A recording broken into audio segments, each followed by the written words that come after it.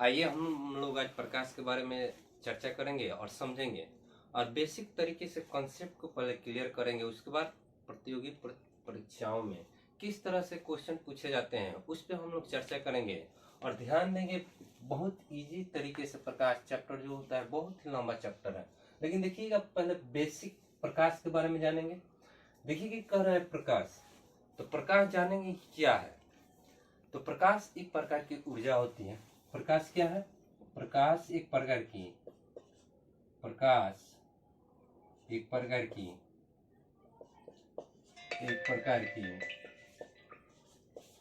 ऊर्जा है। प्रकाश विद्युत चुंबकीय तरंगों के रूप में के भांति कार्य करती है। तो प्रकाश एक प्रकार की ऊर्जा है। प्रकाश विद्युत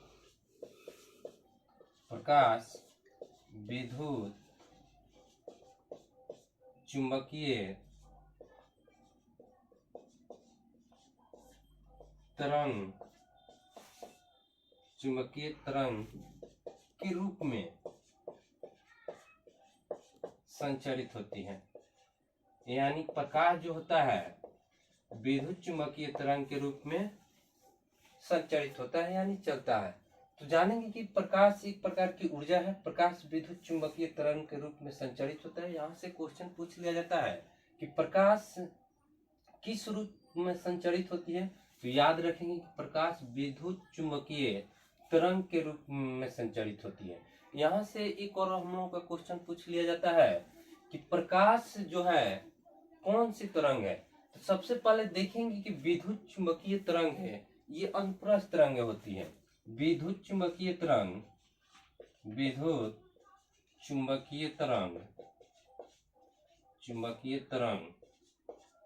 अनुप्रस्थ तरंग होती है।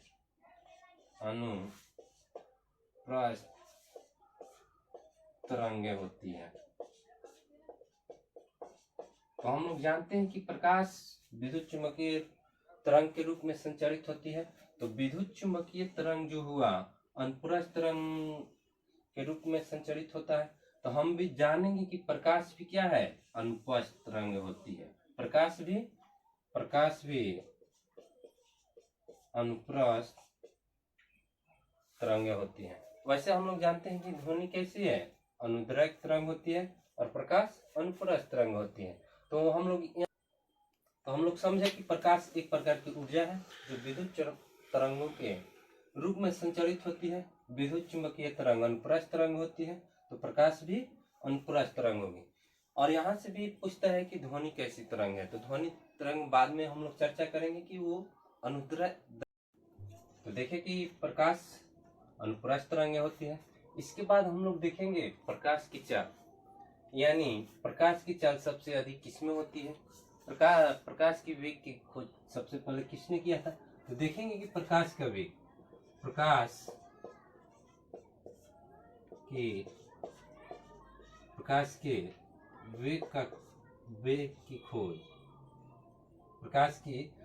का खोज सबसे पहले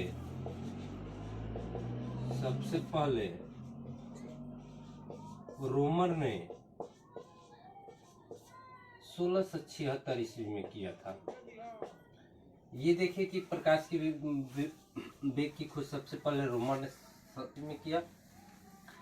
और देखेंगे कि प्रकाश की चाल 1676 ईस्वी में। ये तो देखिए कि प्रकाश की वेग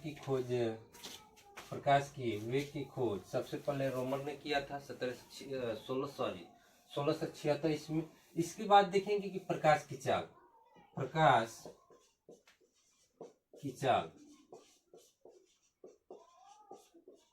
सबसे पहले हम बता दें कि प्रकाश के बारे में छोटी छोटी बातों को समझेंगे, इसके विस्तार से कंसेप्ट को पूरा क्लियर करेंगे। उसके बाद देखेंगे कि प्रकाश का अपवर्तन, प्रकाश का विवर्तन, प्रकाश के प्रकीर्णन, प्रकाश के परावर्तन, ये सभी बात चर्चा करेंगे। इसके पहले थोड़ी जो कंसेप्ट है उसको देखेंगे हम लोग। तो प्रकाश की चाल, अब यहाँ से क्वेश्चन पूछता है कि प्रकाश की चाल सबसे अधिक निर्वात में, सबसे अधिक कहाँ होती है, निर्वात में। तो यहाँ से पूछ देता है कि प्रकाश की चाल सबसे अधिक निर्वात में कितनी होती है, तो याद रखेंगे 3×10⁸ मीटर प्रति सेकेंड। और यहाँ से मीटर प्रति सेकेंड में नहीं देगा तो 3 लाख किलोमीटर 3 लाख किलोमीटर प्रति सेकेंड याद रखेंगे। ठीक है, तो देखेंगे प्रकाश की चाल किस पर निर्भर करता है। सबसे अधिक बार प्रतियोगी परीक्षाओं में पूछा गया है कि प्रकाश की चाल किस पर निर्भर करती है, यानी प्रकाश की चाल माध्यम के अपवर्तनांक पर निर्भर करता है,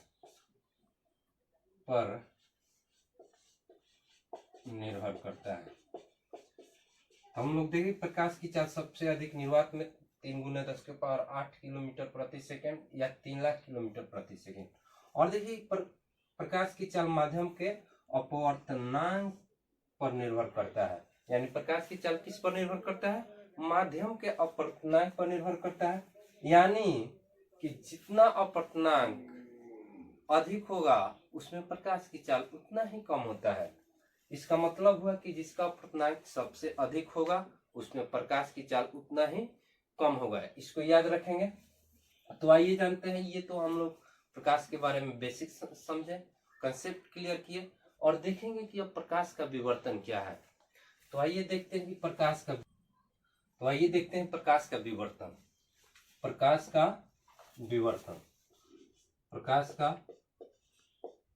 विवर्तन।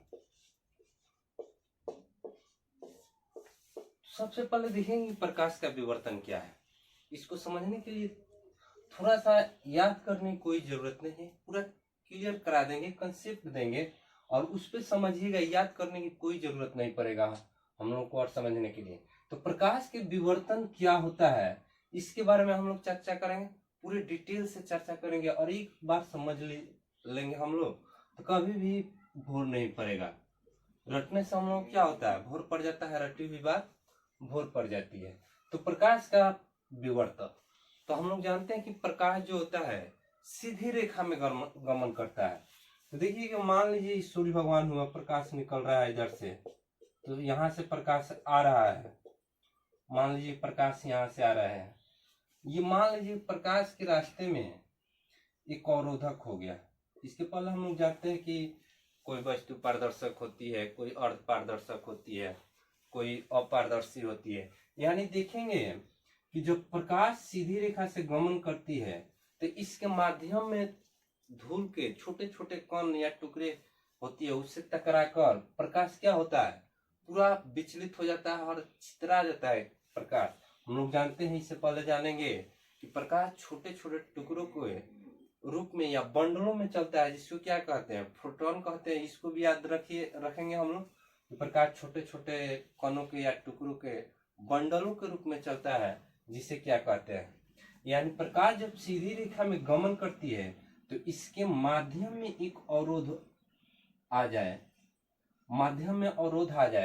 और प्रकाश जब इससे टकराए और इसके किनारों से टकराकर इसके छाया प्रदेश जो होता है उसमें पहुंचने की घटना को प्रकाश का क्या कहते हैं, विवर्तन कहते हैं। तो याद रखेंगे कि प्रकाश के अवरोध के किनारों से ये अवरोधक हुआ और प्रकाश यहाँ से आया और किनारों से टकरा कर, मान लीजिए इस पे प्रकाश पड़ रहा है इधर से, तो ऑटोमेटिक यहाँ क्या होगा, इसका परछाई जो बोलते हैं वो होगा इधर। यानी प्रकाश के अवरोध माध्यम से टकराकर उसके परछाई की दिशा में किनारों से होकर परछाई में पहुंचने की घटना को प्रकाश का विवर्तन कहा जाता है। तो कभी कभी क्वेश्चन हम लोग से पूछ लिया जाता है कि प्रकाश का विवर्तन, ऑप्शन दे दे कि प्रकाश के जब चलता है उसके माध्यम में एक अवरोधक आ जाता है, उसके किनारों से जब प्रकाश टकरा कर उसके छाया में प्रवेश करती है उसको क्या कहा जाता है, तो इसी को विवर्तन कहते हैं, प्रकाश का विवर्तन। आशा करता हूं कि आप लोग को अच्छा लग रहा होगा। कृपया वीडियो को लास्ट तक देखिएगा, क्योंकि इसके बाद हम लोग देखेंगे प्रकाश का परिकिरण, लाइट ऑफ स्कैटरिंग के बारे में हम लोग समझेंगे।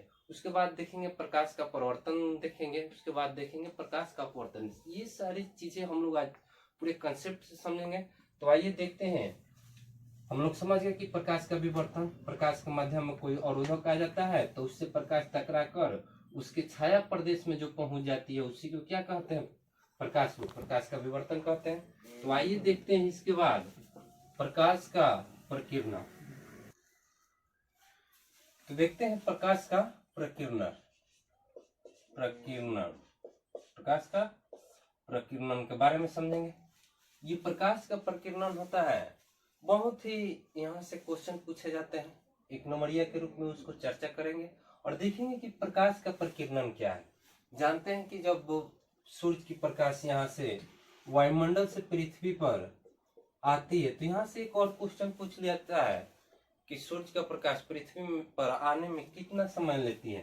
तो यह इसको याद रखेंगे, सूर्य की प्रकाश पृथ्वी पर आने में 8.16 यानी 8 मिनट 16.8 मिनट 16.6 सेकेंड का समय लेती है। तो इसको याद रखेंगे कि जब सूर्य की प्रकाश पृथ्वी पर आने में 8 मिनट 16.6 सेकेंड का समय लेती है। जब सूर्य की प्रकाश पृथ्वी पर आती है तो जानते हैं कि वायुमंडल में हम लोगों का छोटे छोटे धूल कण पाए जाते हैं या किसी पदार्थ का अणु कण पाया जाता है, तो उससे प्रकाश टकरा कर हम लोग को क्या होता है, विभिन्न दिशाओं में फैल जाता है। यानी प्रकाश यहाँ से आया, छोटे छोटे धूल कण या अन्य किसी के पदार्थ, इसी से प्रकाश टकराया, विभिन्न दिशाओं में फैल जाती है प्रकाश, उसी को हम क्या कहते हैं, प्रकाश का प्रकीर्णन कहते हैं। तो इसको जानने के लिए सबसे पहले हम एक प्रिज्म उठाते हैं, उसको देखेंगे, उसके बाद समझेंगे कि प्रकाश का प्रकीर्णन कैसे होता है। हम लोग जानेंगे तरंग दैर्घ्य। तरंग दैर्घ्य क्या होता है उसके बारे में चर्चा करेंगे, तब हम लोग समझ जाएंगे कि प्रकाश का प्रकीर्णन कैसे हो जाता है। तो देखेंगे जब श्वेत प्रकाश, मान लीजिए सूर्य भगवान है और यहाँ से प्रकाश आ रहा है, तो यहाँ से आएगा प्रकाश तो किसी प्रिज्म से होकर देखते हैं कि जब यहाँ से जाता है तो आधार में बैंगनी रंग रहता है, बैंगनी रंग रहता है, और नीचे कौन सा रंग रहता है, आधार माने सबसे नीचे, नीचे ये होता है वायलेट जिसको बैंगनी बोलते हैं, ऊपर में कौन रहता है, रेड यानी लाल। तो सबसे पहले देखेंगे जब सूर्य के प्रकाश यानी श्वेत प्रकाश किसी प्रिज्म से टकराता है तो वह विभिन्न अवयवों में बदल जाता, 7 विभिन्न रंगों में बदल जाता है। तो इसको बोल सकते हैं कि प्रकाश का प्रकीर्णन। जैसे सूर्य का प्रकाश आया वायुमंडल में, किसी छोटे छोटे कण से टकराया, विभिन्न दिशाओं में फैल जाता है। जो फैलता है यानी उसका ज्यादा फैलता है उसका शक्ति कम रहता है, और जो नहीं फैलता है उसका शक्ति क्या होता है, अधिक होता है। तो जानेंगे कि तरंग दैर्घ्य जो होता है हम लोगों का रंग का, जानते हैं कि श्वेत प्रकाश में 7 रंगों का समूह होता है। जब प्रिज्म से श्वेत प्रकाश जाता है, श्वेत प्रकाश प्रिज्म से टकराता है तो 7 अवयवी रंगों में विभक्त हो जाता है। तो जानते हैं कि प्रकाश का तरंग दैर्घ्य 3800 एंगस्ट्रॉम से 7800 एंगस्ट्रॉम के बीच में होता है। यह हम लोग याद करिए कि प्रकाश का तरंग दैर्घ्य कितना होता है। तो ये 7800 एंगस्ट्रॉम होता है, 7800 एंगस्ट्रॉम। ये हुआ रेड रंग का, और ये जो 3800 एंगस्ट्रॉम हुआ बैंगनी रंग का। यानी सबसे अधिक तरंग दैर्घ्य जो हुआ लाल रंग का हुआ, और सबसे कम तरंग दैर्घ्य बैंगनी रंग का हुआ। तो यहाँ से हम लोग का क्वेश्चन पूछ लिया जाता है। तो पहले हम लोग समझे कि प्रकाश का प्रकीर्णन, जब सूर्य की प्रकाश वायुमंडल से गुजरता है और पृथ्वी पर आने के लिए छोटे छोटे कणों से टकराकर पृथ्वी पर पहुंचता है, उसी को हम प्रकाश का प्रकीर्णन कहते हैं। या सीधी सी भाषा में हम लोग को देते हैं कि प्रकाश को विभिन्न दिशाओं में यानी फैलने की घटना को प्रकाश का प्रकीर्णन कहते हैं। और यहाँ से अब देखेंगे क्वेश्चन किस तरह से पूछा जाता है। तो अब यहाँ से पूछता है कि किस रंग के प्रकाश का प्रकीर्णन सबसे अधिक होता है। प्रकीर्णन माने क्या, यानी फैलाव की घटना को, यानी बिखराव की घटना को प्रकीर्णन कहा जाता है। तो सबसे अधिक प्रकीर्णन जो होता है, सबसे अधिक प्रकीर्णन पूछे जाते हैं। देखेंगे कि पूछता है कि सबसे अधिक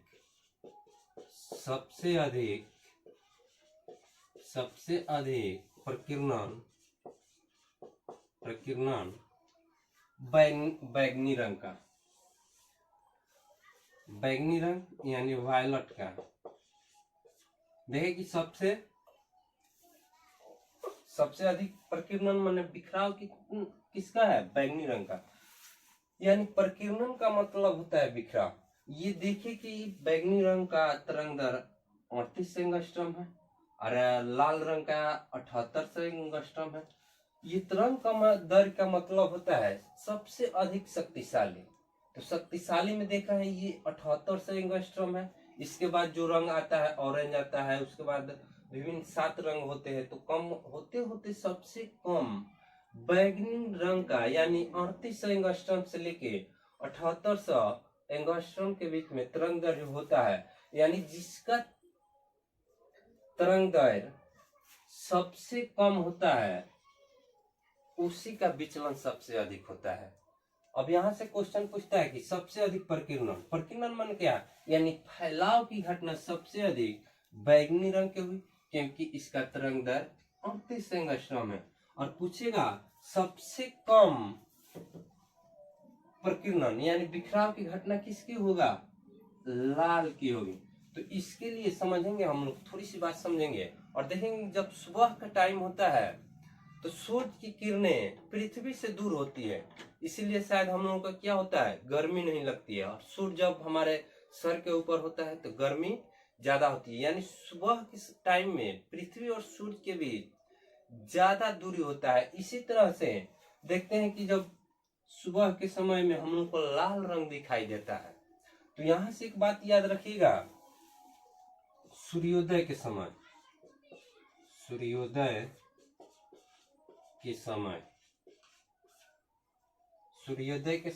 या शाम के समय सूर्य लाल दिखाई देता है। इसको पहले कंसेप्ट हम जानेंगे कि सूर्य आखिर लाल दिखाई क्यों देता है सुबह के समय में, और 12 बजे के समय में देखते हैं एकदम व्हाइट दिखाई देता है, क्योंकि सूर्य और पृथ्वी के बीच दूरी। तो हम लोग देखें कि सूर्योदय के समय या शाम के समय, यानी जब सूर्य उगता है, और सूर्योदय और सूर्यास्त यानी सुबह के समय और शाम के समय, यानी देखें सूर्योदय के समय और शाम के समय सूर्य लाल दिखाई देता है क्यों, इसके बारे में हम लोग चर्चा करेंगे। मैं बता दिया हूँ कि सूर्य जब सुबह का टाइम होता है पृथ्वी से एकदम काफी दूरी पर होता है, और 12 बजे का दिन जो होता है पृथ्वी से सूर्य एकदम नजदीक में होता है। इसी तरह हम लोगों का क्या होता है, घाम ज्यादा लगता है, यानी गर्मी ज्यादा लगती है। यानी जब तो हम लोग देखें कि सूर्योदय के समय और शाम के समय सूर्य लाल दिखाई देता है। और यहाँ से एक और क्वेश्चन पूछ लिया जाता है हम लोग को, एग्जामिनर जो होता है हम लोग को फंसाने का चेष्टा करता है। तो देखेंगे कैसे क्वेश्चन घुमाता है। हम लोग तो जाने कि सूर्योदय के समय और शाम के समय सूर्य लाल दिखाई देता है, तो प्रकाश के प्रकीर्णन के कारण। और यहाँ से एक क्वेश्चन और पूछ देगा फंसाने के लिए हम लोग को, कि सूर्योदय से पहले और सूर्यास्त के बाद, सूर्य लाल दिखाई क्यों देता है। तो ये याद रखेंगे कि प्रकाश के अपवर्तन के कारण। इसके बारे में अगले वीडियो में हम लोग चर्चा करेंगे। लेकिन याद रखिएगा कि सूर्योदय के पहले और सूर्यास्त के बाद जब कहेगा, यानी टाइम लगा के कहेगा, और सूर्य अभी उगा नहीं होगा और सूर्य डूब गया होगा, तो उसके लिए होता है अपवर्तन। और अगले वीडियो में इसके बारे में हम लोग बात करेंगे। अगर आप लोग को अच्छा लगा होगा तो कमेंट और चैनल को सब्सक्राइब करिएगा, क्योंकि मेरा अगला वीडियो जो आएगा प्रकाशित से ही आएगा, बहुत हेवी है और पूरे कंसेप्ट के साथ हम लोग पढ़ेंगे और समझेंगे। Thank you.